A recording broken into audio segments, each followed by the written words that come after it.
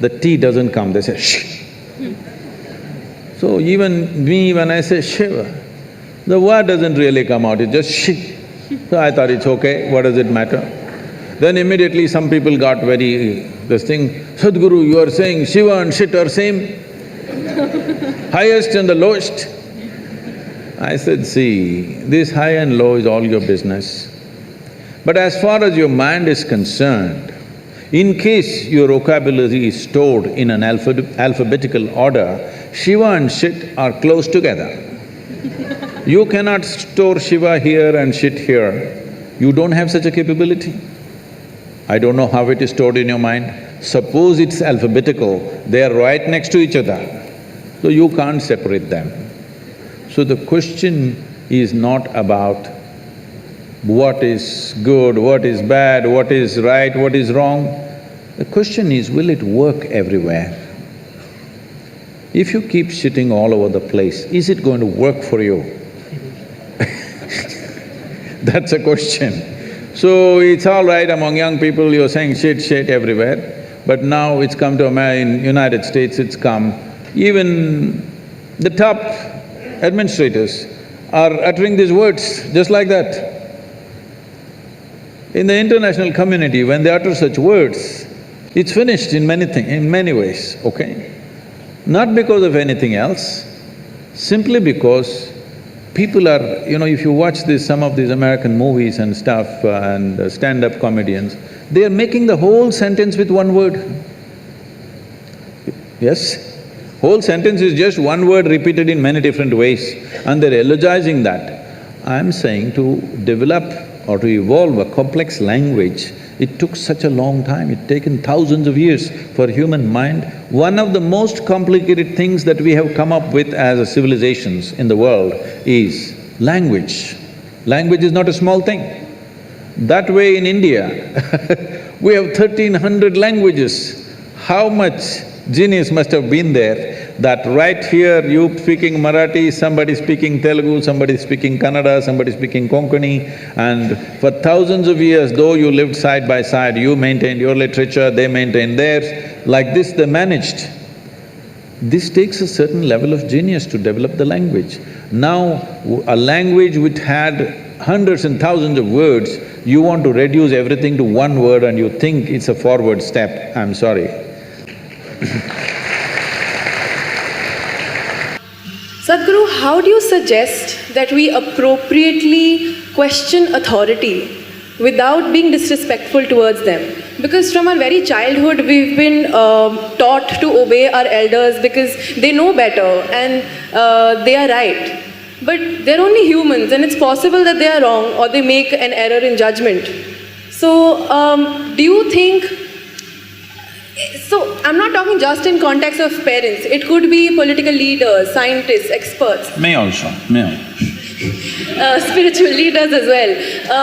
How do we question them to look beyond their traditional paradigm? Just the way you're doing it right now. Without being disrespectful, I understand, but it is possible that they take it as challenging their authority.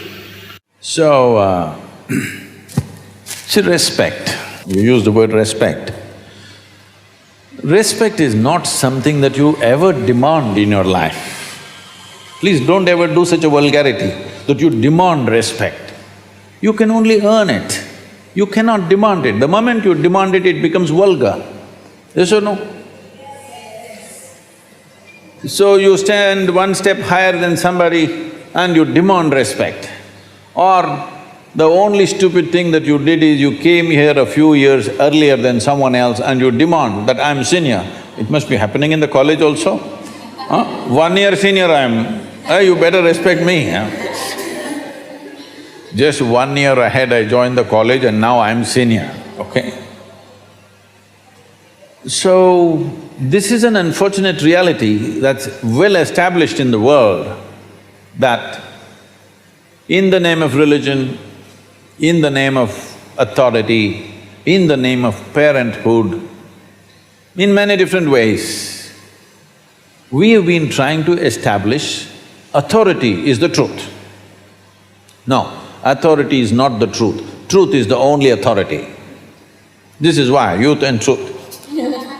Truth is the only authority, nothing else is the authority. So if I ask a question, somebody freaks. See, if you ask a question, somebody freaks because they don't know the answer. Suppose you go, sit in an examination and look at the question paper, you don't know a damn thing, don't you freak? Just like that they're freaking, why don't you understand? Hello? So they gave you a question paper, you have no clue, do you freak or no? So they are also freaking. So you must understand and be a little compassionate. When you ask a question, somebody freaks means obviously they don't have an answer. So you must be compassionate, considerate because they're your seniors. They came ahead of you, but they are no better than you, so they're freaking a bit. Please make way for them a little bit, what to do? They've grown a little bigger than you. But at the same time, there is no need for anybody to succumb to that. It's all right, there is no need to confront people. A question, first of all. See, a question is a tool. A question is a tool to dig little deeper, isn't it? Hello? But somebody is asking a question to prove a point, that's not good. So don't ask a question to your parents or to somebody else just to prove your point. No, ask a question because it's a genuine question. So people were asking me, Sadhguru, what kind of questions can we ask, what can we not ask? I said, even the dumbest question you have, if it means something to you, it means something to me. If it doesn't mean anything to you, don't ask such stupid things because it doesn't mean a damn thing to me either. But if it means something to you, maybe it's a stupid question, somebody thinks it's a stupid question, but it means something to your life, it means a lot to me. So, please make sure your questions are genuine, whether you ask a parent or a political leader or a spiritual leader, it doesn't matter who the hell you ask a question. When you ask a question, you must understand the purpose of asking a question is to expand yourself from what you know to enter a territory where you do not know something. That's the idea of asking a question.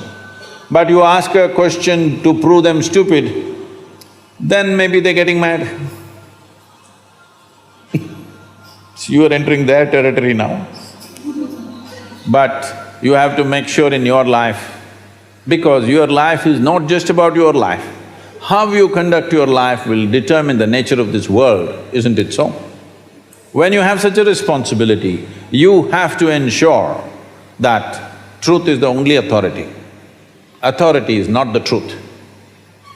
It doesn't matter whether it's parents or teachers or spiritual teachers, political leaders or God himself came down and he said something stupid. You must be able to question him. That is the nature of this culture.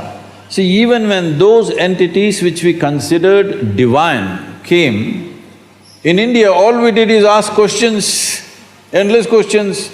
When Shiva came, his wife Parvati freaks him with 1,000,000 questions. When Krishna came, Arjuna asked 1,000 questions, questions and questions and questions, I must tell you this. We were trekking in Tibet, a group of people, almost from 42 different countries. So an Indian man who settled in United States wanted to ask a question. I said, you can ask questions, immediately he raised his hand and he stood up. He asked a question which lasted over 8 minutes and it was going on. I said, see, this is too long a question. Then I told others, because they were all looking like this, because they're from different nations, they can't understand this question. I said, see, this is a very Indian question. Question inside a question, inside a question, inside a question, inside a question. Indians are experts in this because they have 15,000 years of culture, they've crafted questions like this. It doesn't matter Shiva comes, Krishna comes, they want to bowl a googly to him. That's the whole intent. So I said, this is an Indian question and I tried to explain to them what is an Indian mind and why it asks such questions. So much of culture. Then one Chinese lady, she said, Sadhguru, I was working at the United Nations, Even there, only Indians ask questions. We never ask questions, only the Indians were asking questions all the time. I said, that is India. So, one of the questions that keeps popping up in everyone's mind is how do you define the clarity of purpose in your life? And that's something that you've probably been asked multiple times before, but this is something that we still struggle with. And we easily get influenced by people around us and get distracted from what we truly are passionate about.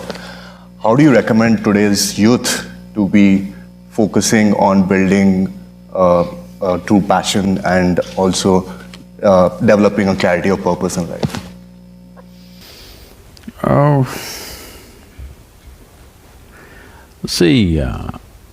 This idea that a human being has a purpose to his existence is a very tyrannical idea. The moment you have a strong sense of purpose, you are a natural tyrant. The question is only question of competence. There are lots of tyrants all over the place. There are lots of Mussolinis and Adolf Hitlers all over the place. Fortunately, they're impotent and incapable. Yes, there are lots of them. Don't think only one was born. There are lots of them. Fortunately, nobody has the capacity or the competence that those tyrants had. Otherwise, there are a whole lot of people with same intention of wanting you to be something other than who you are right now. So if I have a purpose to life, if it gets organized, it becomes a mission. Who the hell are you to have your own mission? You're here, you're just a pop-up on this planet, all right? You pop up and you pop out. Here, instead of doing what is needed most right now, for maximum number of people, you have your own purpose, maybe God-given purpose. Whenever people say they have a God-given purpose, they have done the most terrible things on the planet.